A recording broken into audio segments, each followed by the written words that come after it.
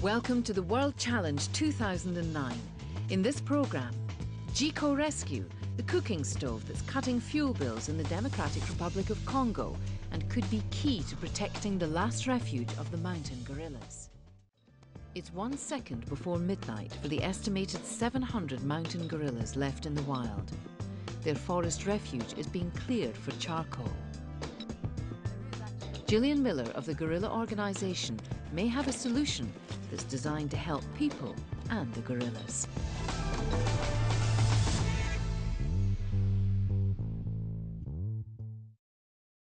The mountain gorillas survive in the Virunga volcanoes straddling Uganda, Rwanda and the Democratic Republic of Congo. Their habitat inside what is meant to be a protected area is vanishing fast. Poaching is one threat, but if the forest is destroyed, the gorillas will not survive. Years of civil war have created refugees and lawlessness where it's a free-for-all for resources. The Eastern Congo has been at war for 15 years now, and one of the main driving forces behind the war has been conflict over natural resources. And of course those include mineral resources, but also timber resources. And around Goma, where we are, charcoal is a major importance. It's a natural resource on which people are dependent. The Virunga National Park is supposed to be off-limits to charcoal traders, but this is a part of the world where guns and militias have the upper hand. The gorilla shares 98% of its genes with man, and if we're to lose the gorillas, we're losing a part of human history. You know, if you look into a gorilla's eyes, it's not like looking into any other animal's eyes. They're as curious about you as you are about them. The gorillas don't actually need that much looking after. The gorillas will survive if their habitat survives. Like a lot of endangered species, the real threat to the gorillas is the loss of habitat. The loss of the gorilla's habitat is down to human needs. With few alternatives to firewood, charcoal is big business. The annual turnover in charcoal is worth about $30 million a year, and it's being controlled by the armed groups, the militias, who are hiding out in the park, trying to get as much money as they can. And so it's a very major problem for us.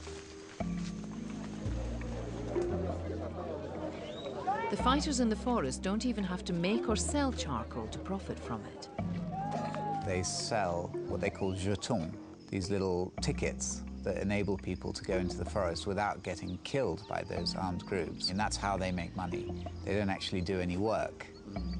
They operate a protection racket.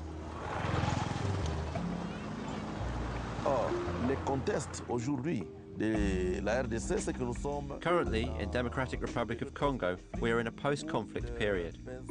The government has to focus on reconstruction, so we really need external support from conservation organisations. We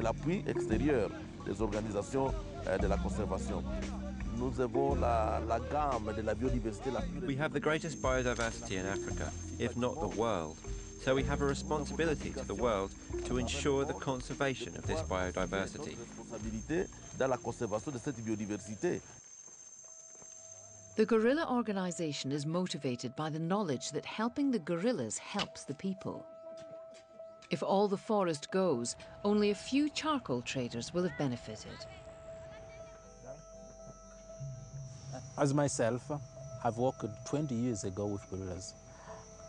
They look like my brothers and sisters. And people kill your sister, people kill your brother, you feel very, very bad in your heart. Just when they have killed those gorillas, I've spent about 5 days without eating something. Our work involves working with the communities that surround the national parks where the gorillas are. The organisation's Stoves for Survival may be the last best hope for this biodiverse region. The forested slopes are an important watershed, vital not only to the great apes, but also to poor farmers. A locally designed charcoal-efficient so-called Jiko stove is made from easily available materials at the guerrilla organisation's centre in Virunga. A metal barrel forms the main body, and the stove itself is made from clay. The insulating clay and an improved airflow into the fire make the stove more efficient. The traditional African stove in this part of Africa would be made of 3 stones and would use an awful lot of fuel. We make fuel-efficient stoves that use 50 to 80% less fuel. In fact, families using the new stove are now using just 1.5 sacks of charcoal a month instead of 4, the organisation says. That means saving cash that would be spent on charcoal or time collecting firewood.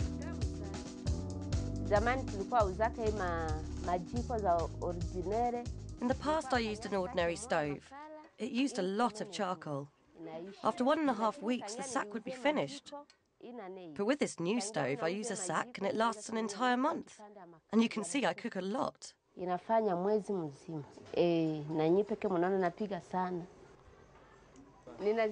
I'm using the savings for other things. I have many children, so there's a lot of schooling. All of them are going to private school. Since the project began at the beginning of 2008, more than 500 stoves have been produced and demand is strong. The initial cost of $2 for the stove itself is quickly recouped in fuel savings, while the money is ploughed back into the project, which includes a tree planting programme aimed at relieving pressure on the native species. I like this new stove. It is economic with charcoal. It's very clean. There is not much smoke. You can see it's not dirty when you cook. There is no ash underneath. I like it a lot. It's not just me. Everyone prefers this one. The stove is not the only way that the guerrilla organisation is trying to take the pressure off the forests. We also finance the use of alternative fuel, making briquettes out of biomass for burning instead of using charcoal. This not only reduces the demand for charcoal, but provides an income for families. The money helps.